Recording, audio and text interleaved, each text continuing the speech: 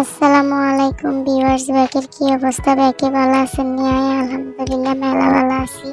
স্বাগতম আপনাদের আরো একটা নতুন ভিডিওতে। তো আজ আপনাদের লগে অনেক মজার একটা ঘটনা শেয়ার করুম, যেটা গত এক সপ্তাহ ধরে শাপলা বাজি খেয়ে মোটামুটি ধরনের পাগলই হয়ে গেছিলাম, যেহেতু বাজারে জানিও না আর আননিও না।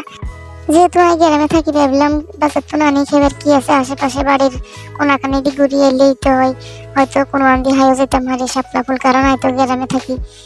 গ্রামে থাকবার এই একখান সুবিধা সবচেয়ে সুন্দর, যেটা হলো আমরা যদি একদিন বাড়ির আশেপাশে দিয়ে ঘুরিয়ে আমরা 2-3 তরকারি তো অটোমেটিক হয়ে যাইব।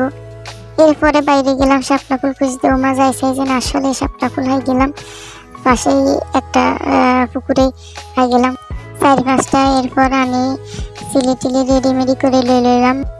এরপরে যা যা লাগবে সবকিছু উপকরণ দিয়ে ভাজি করা শুরু করে দিছে।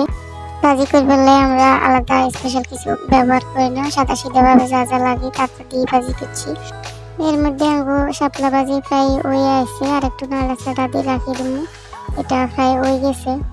দাবে ভিডিওতে এতক্ষণ সাথে থাকি আর ফালতু বকবক শুনলে আপনাকে ব্যাকেরে মেলা মেলা ধন্যবাদ। এই শাপলা ভাজি ভিডিও বানাও কিরকম লাগছে অবশ্যই জানাবেন। যদি ভালো লাগে তাহলে অবশ্যই একটা লাইক দিবেন।